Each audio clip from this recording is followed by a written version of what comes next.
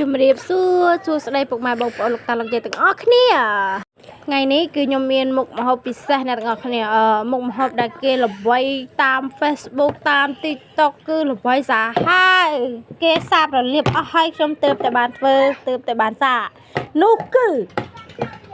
បងទាកូនស៊ីឈួន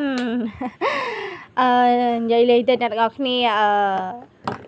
អ្នកទាំងអស់គ្នាចង់ដឹងថាពងទាកូនស៊ីជ្រាន់ហ្នឹងមានរសជាតិយ៉ាងណាអ្នកទាំងអស់គ្នាអាចសាកបានសាកធ្វើតាមវីដេអូនាងខ្ញុំបានហើយធានាថាជាតិអ្នកទាំងអស់គ្នាអាចមើលតា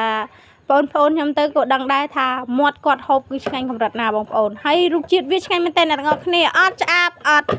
អីទេគឺរសជាតិផ្អែមទឹកដូងនឹងឈ្ងុយដុំស៊ីជ្រាន់ហឹលហ្នឹងអ្នកទាំងអស់គ្នាហើយវីដេអូយើងក៏មានអីច្រើនដែរអ្នកទាំងអស់គ្នាក៏មានតែប៉ុណ្្នឹងទេខ្ញុំក៏សូមឲ្យអ្នកទាំងអស់គ្នាជួយ follow ជួយឲ្យមេដៃជួយ share នេះខ្ញុំផងនេះខ្ញុំឲ្យមានកម្លាំងចិត្តធ្វើវីដេអូតទៅទៀតហើយនេះខ្ញុំក៏មិនសូវចេះនិយាយដែរបើសិនជានេះខ្ញុំនិយាយខុសដោយប្រការណាមួយក៏សំខាន់តែអភ័យទោសផងដែរសូមជម្រាបលាបាយបាយ